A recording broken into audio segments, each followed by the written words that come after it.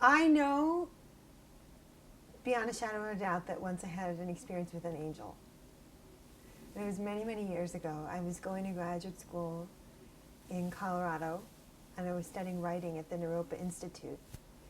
And I had been involved in a 10-speed bike accident, and I had taken most of the skin off the top of my foot, and I had to go to Denver to meet my mother because she was taking me back to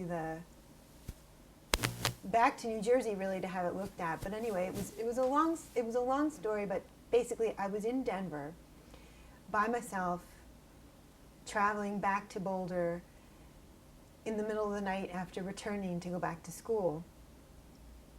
And I was in a bad part of Denver, because Denver is not New York, but it can be dangerous, especially at like midnight or 1 o'clock in the morning. And I was waiting at a bus stop, waiting for a bus to go to Boulder. Not that many people go to Boulder after midnight, but they did have some buses, so I was waiting there, and I was becoming more and more aware, this is not a good thing. It's not good to be sitting at a bus stop like a woman with a backpack in the middle of the night. What time was it? It was after midnight, but it wasn't early hours of the morning, it was just after midnight. I had a backpack, and I was feeling more and more afraid. And so I started to really just ask for some divine protection. And I was praying to Yogananda, and I said, Yogananda, I really, I'm afraid, and I have reason to be afraid. I was meditating, but not, deeply meditating, but I was more praying and affirming that some help would come, or at least the bus would come. And so out of the corner of my eye, I see someone approaching me. And my heart started beating, and literally it was winter, but I started to perspire. My whole body was like drenched in perspiration because I was so terrified.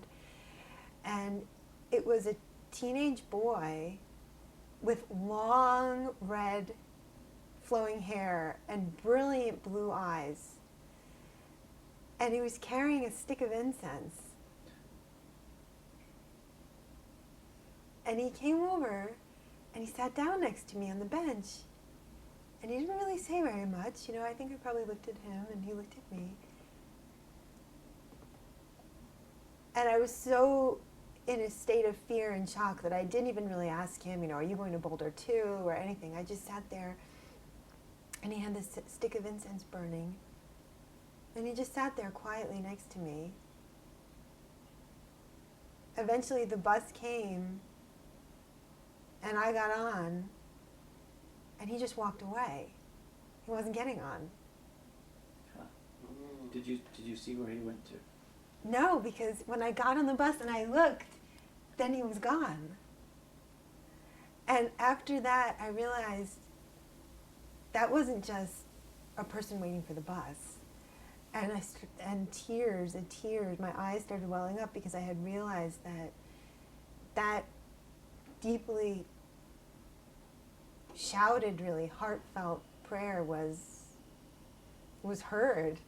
But it would have seemed weird at the time if somebody with wings and, golden things or crowns and halos sat down. But my conscious mind, my intellectual mind was able to accept it like that. Yes.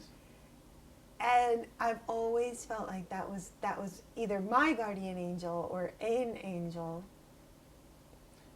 Did you ever think perhaps it was one of the masters? Well, from time to time I've heard that Babaji can have reddish hair, and this person had like long reddish hair. And he was young. And he was young. So I have thought it was Babaji, but of course I don't think Babaji would appear to me. I mean, I'd like to think maybe, but at the very least it was an angel. At the very least.